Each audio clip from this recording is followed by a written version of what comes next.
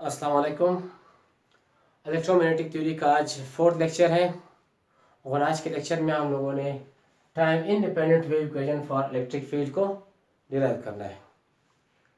एक lecture number 2 और lecture number 3 में हम लोगों ने wave equation for electric field और wave equation for magnetic field derive की थी। उन्हीं इक्वेशन की मदद से आज का टॉपिक भी सॉल्व होगा। तो चलते हैं। सबसे पहले हमें wave equation for electric field को लिखते हैं। हमें मालूम है कि wave equation for electric field वो है del square E minus sigma mu naught curly E upon curly t minus 1 upon C square into curly square E upon curly T square is equal to 0। ये equation हम लोगों ने lecture number 2 में prove की थी और इसी की मदद से हम लोगों ने time independent wave equation for electric field को डिराइव करना है।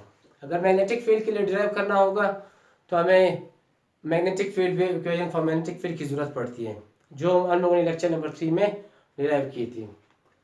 और अब हम लोगों को पता है कि इलेक्ट्रोमैग्नेटिक वेव्स जो है वो उसके अंदर दो कंपोनेंट्स होते हैं, एक इलेक्ट्रिक कंपोनेंट होते हैं और दूसरा मैग्नेटिक कंपोनेंट होती है।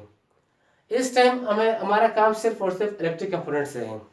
अगर मैं सिर्फ इलेक्ट्रिक कंपोनेंट को कंसिडर करूँगा तो इलेक्ट्रिक कंपोनेंट जो प्रोपिगेशन इसकी होगी वो बिल्कुल एक साइनोसाइडल वेव की तरह ये प्रोपिगेट करती है। अगर सिर्फ और सिर्फ हम लोग क्या करते हैं, इलेक्ट्रिक फील्ड की कंपोनेंट को उठाते हैं, क्योंकि हमारा काम इस टाइम सिर्फ और सिर्फ इलेक्ट्रिक फील्ड से है। तो इलेक्ट्रिक फील्ड कंपोनेंट को जब हम यहाँ पे ड्रा करते हैं तो उसकी प्रोपिगेशन बिल्कुल साइनोसाइडल वेव की प्रोपिगेशन की तरह होती है। और साइनोसाइडल वेव की जो प्रोपिगेशन अगर होगी तो उसके लिए हमारे पास एक सॉल्यूशन वेव इक्वेशन सॉल्यूशन भी है। उस सॉल्यूशन को मैंने इस तरह लिखना है, लेकिन सबसे पहले हमें इस डायग्राम को थोड़ा एलिब्रेट करना होगा। हमें पता है कि इलेक्ट्रोमैग्नेटिक वेव जब प्रोपिगेट करती है तो इसका ये जो एक्सेस होगा वर्टिकल एक्सेस, उस एक्सेस में क्या होगा, इलेक्ट्रिक फील्ड प्रोपिगेट करेगी, या तो अपवर्ड हो सकती है या तो डाउनवर्ड हो सकती है। जबकि इस एक्सेस में क्या होगा, टाइम डिस्टेंस एक्स एक्सेस और टाइम टाइम एक्सेस में होगा, क्योंकि वक्त के लिहाज से ये क्या करता है, प्रोपिगेशन इसमें होगी। अगर मैंने इस पॉइंट को मैंने यहाँ पे सेलेक्ट कर दिया पॉइंट, तो इस पॉइंट के ऊपर जो इलेक्ट्रिक इंटेंसिटी है, इलेक्ट्रिक फील्ड है, वो क्या होगा, मैक्सिमम होगा। अब इसी वेव प्रोपिगेशन के दौरान किसी भी जगह पे अगर हम लोगों ने इलेक्ट्रिक फील्ड मालूम करना है, लेट्स सपोज अगर मैंने इधर इलेक्ट्रिक फील्ड मालूम करना है या किसी और जगह पे मैंने इलेक्ट्रिक फील्ड को मालूम करना है, तो उसकी इलेक्ट्रिक फील्ड को मालूम करने के लिए हमें साइनोसॉइडल वेव इक्वेशन की सॉल्यूशन की जरूरत पड़ती है। वो सॉल्यूशन कुछ इस फॉर्म है कि E is equal to E naught exponential minus iota omega t. ये एक साइनोसॉइडल वेव इक्वेशन की सॉल्यूशन है। इसकी मदद से हम लोग किसी भी पॉइंट के ऊपर अगर हमें इलेक्ट्रिक फील्ड मालूम करना हो तो हम इसकी मदद से मालूम कर सकते हैं। और इस इक्वेशन के अंदर हमारे पास ओमेगा जो है वो एंगुलर फ्रीक्वेंसी है जो वेव की प्रोपिगेशन के दौरान हमें मिलेगी। हम लोगों ने क्या करना है कि यहाँ पे जो इक्वेशन ई आ रहा है, E is equal to E naught exponential iota omega t, इसको उठा लेना है और इसको पुट कर देना है इक्वेशन नंबर 1 में। हमें इस डायग्राम की जरूरत नहीं, सिर्फ इस चीज को समझने के लिए हमें थोड़ा बहुत इसकी जरूरत पड़ेगी, लेकिन आगे हमें इसकी जरूरत नहीं है। हम देखते हैं कि क्या करेंगे कि यहाँ पे जहाँ पे भी ई लिखा होगा उस ई की जगह में E naught exponential iota omega T लगाना है। तो ये इक्वेशन क्या बनेगा, del square into E naught exponential minus iota omega T minus sigma mu naught curly upon curly T into E naught exponential minus iota omega T minus 1 upon C square curly square upon curly T square into E naught exponential iota omega T is equal to 0। मैं क्या करना चाहता हूँ कि इस E naught exponential iota omega T की जगह वापस मैं ई लगाना चाहता हूँ। इसको मैं बस सिंप्लीफाई करूंगा, तो सिंप्लीफाई करने के बाद ये हो जाएगा डेल स्क्वायर ई माइनस अगर इसको मैं पार्शियल डेरिवेटिव इसके ऊपर अप्लाई करूंगा, अप्लाई करने के बाद ये हो जाएगा minus iota omega into sigma mu naught E naught exponential minus iota omega T. इसी तरह अगर मैं इसके ऊपर भी पार्शियल डेरिवेटिव अप्लाई करना चाहूँगा, क्योंकि ये second order partial derivative equation है, जब इसके ऊपर मैं अप्लाई करूँगा तो ये हो जाएगा minus iota omega square into 1/c² E naught exponential iota omega T is equal to 0। Next step में मैंने क्या करना है कि जहां पे भी E naught exponential iota omega T, इसकी जगह वापस हमें ई लगाना है। तो देखते हैं ये इक्वेशन मजीद किस तरह सिंप्लीफाई होगा। ये हो जाएगा E naught E del square E minus minus minus plus iota omega sigma mu naught E naught की जगह हमें क्या करना है, डायरेक्ट ई को पुट कर देना है। तो ई ये हो जाएगा, अगर आप स्क्वायर को अप्लाई करते हैं तो माइनस माइनस प्लस हो जाएगा, लेकिन आयोटा के ऊपर अगर स्क्वायर होगा तो वो माइनस इक्वल हो जाएगा। तो माइनस माइनस प्लस हो जाएगा into omega square E upon C square is equal to 0।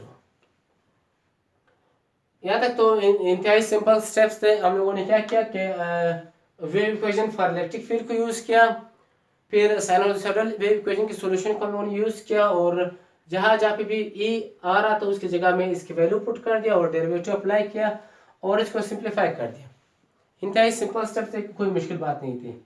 इसके बाद हमें क्या करना है कि इस इक्वेशन को हम लोगों ने मल्टीप्लाई भी कर देना है और डिवाइड भी कर देना है बाय ओमेगा। मैं इसको सिंप्लीफाई मजीद करना चाहूँगा। अब मैं क्या करूँगा, इसको मैं मल्टीप्लाई भी करूँगा और डिवाइड भी कर दूंगा ओमेगा के साथ। तो ये इसको मिटाने के बाद हम देखते हैं कि क्या रिजल्ट आएगा।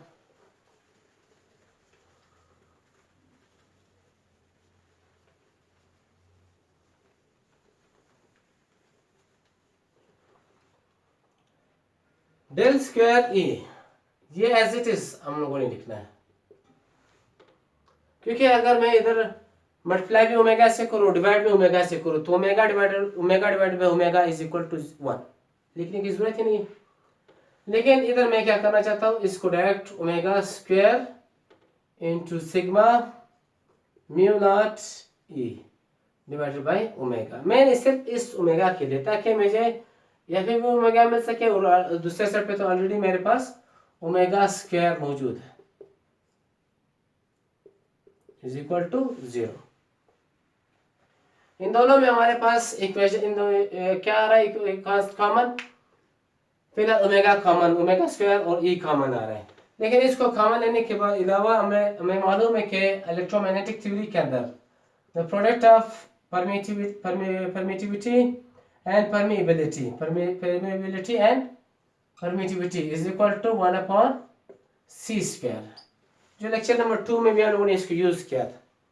तो हमें मालूम है कि mu naught epsilon naught is equal to 1/c²। अगर मैंने म्यू नॉट सिर्फ लिखना है, मालूम करना है, तो ये हो जाएगा 1/एप्सिलॉन नॉट इंटू c²। अब इधर क्या करना है कि म्यू नॉट की जगह इस वैल्यू को पुट कर दो। ये हो जाएगा del square E plus iota omega square sigma. Mu naught की जगह में क्या करना है 1/ओमेगा नॉट इंटू c²। वो लिखने के बाद ये हो जाएगा epsilon naught c² into omega plus omega square E upon c² is equal to 0।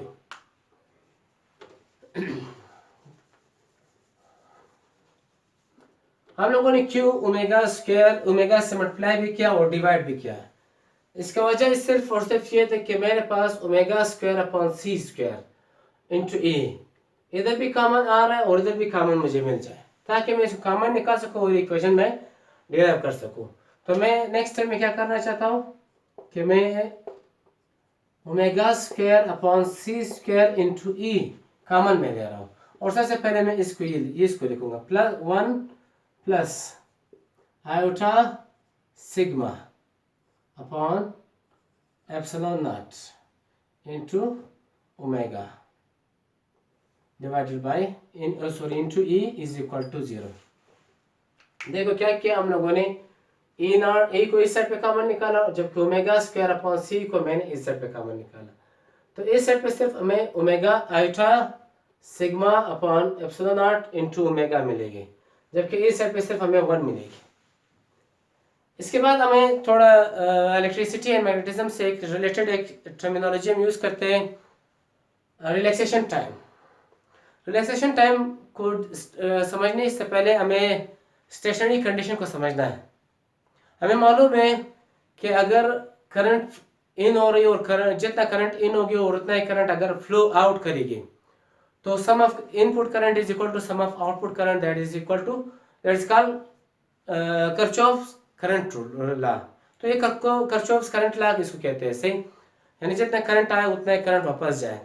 या दूसरे अल्फाज में हम ये कहेंगे कि अगर स्टेडी करंट फ्लो करती है तो इस कंडीशन को हम क्या कहेंगे, स्टेशनरी कंडीशन कहेंगे। अगर स्टेशनरी कंडीशन वैलिड ना करें तब क्या करेगा, इनिशियली तौर पे अगर मैं इलेक्ट्रोमैग्नेटिक वेव प्रोपिगेट करते हैं किसी मीडियम के थ्रू और उस दौरान charge distribution equally charge distribute नहीं हुए या करंट इक्वली करंट फ्लो नहीं कर रही है, तो उस दौरान क्या होगा कि जो चार्ज होगा वो नॉन यूनिफॉर्मली डिस्ट्रीब्यूट होगा। कुछ वक्त के बाद वापस से क्या हो जाता है, वापस यूनिफॉर्म हो जाती है। अब जितना वक्त लगने में ये यूनिफॉर्म होता है, यानी जब ये चार्ज को वापस यूनिफॉर्म लाने में जो टाइम लगता है, उस टाइम को क्या कहते हैं, रिलैक्सेशन टाइम कहते हैं। यानी रिलैक्सेशन टाइम वो टाइम होता है जिसमें चार्ज डिस्ट्रीब्यूशन अनडिस्ट्रीब्यूट प्रोसेस से वापस डिस्ट्रीब्यूशन यूनिफॉर्म डिस्ट्रीब्यूशन में आ जाए, उसे क्या कहते हैं, रिलैक्सेशन टाइम कहते हैं। और रिलैक्सेशन टाइम को हम लोग लिखते हैं टा से, और इसकी वैल्यू है epsilon not upon sigma, epsilon not upon sigma. अगर मैं इस सिग्मा को इधर शिफ्ट करता हूँ तो ये हो जाएगा epsilon naught is equal to टा सिग्मा। अब मैं क्या करता हूँ, इस इक्वेशन में एप्सिलॉन नॉट की जगह इसको पुट करता हूँ, तो ये हो जाएगा del square E plus omega square upon सी square into 1 plus iota sigma upon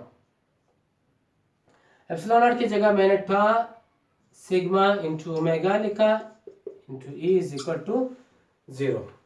इधर क्या हो जाएगा, सिग्मा और सिग्मा कैंसल आउट हो जाएगा। अब ये इक्वेशन इंतहाई सिंपल स्टेप में कन्वर्ट हो गया। अब लास्ट 2 स्टेप रह गए।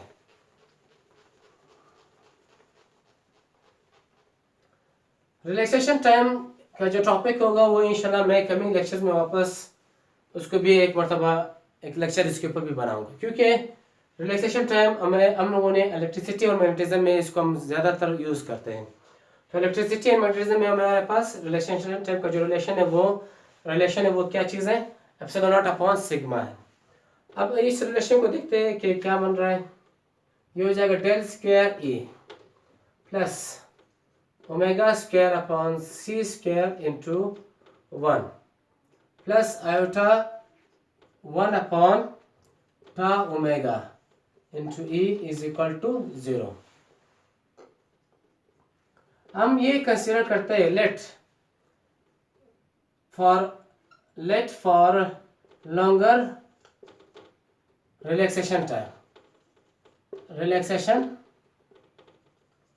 टाइम। अगर लॉन्गर रिलैक्सेशन टाइम हमारे पास है, जो खासकर हम एक इंडक्टर की अगर हम बात करते हैं, तो इसमें ये क्या होगा, लॉन्गर रिलैक्सेशन टाइम बहुत ज़्यादा लॉन्ग होगा।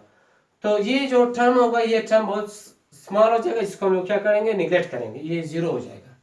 अब ये इक्वेशन फिर क्या बन जाएगा, वो कुछ इस फॉर्म में बन जाएगा, del square E plus omega square upon C square into E is equal to 0। यहाँ पे हम क्या करेंगे कि हमें पता है कि 1 अपॉन सी स्क्वायर क्या चीज़ है, 1 upon C square is equal to mu naught epsilon naught into omega square E is equal to 0। This is called time independent wave equation for the electric field। जिस प्रोसेस से मैंने इस question को solve किया उसी process को follow करते हुए हम लोग मैग्नेटिक फील्ड के लिए भी कर सकते हैं, क्योंकि मैग्नेटिक फील्ड भी परपेंडिकुलरली प्रोपिगेट करती है और इनकी प्रोपिगेशन को हम डिस्क्राइब करने के लिए magnetic wave equation for magnetic field की जरूरत पड़ जाए। जिस तरह अगर हम इलेक्ट्रिक फील्ड की बात करते हैं तो इलेक्ट्रिक फील्ड में हमें क्या कर किसकी जरूरत पड़ती है, wave equation for the electric field की जरूरत पड़ जाती है। उम्मीद करता हूँ कि आप लोग को ये आज का लेक्चर समझ आ चुका होगा और हमारा कमिंग लेक्चर जो होगा वो है रेक्टेंगुलर वेव गाइड होगा।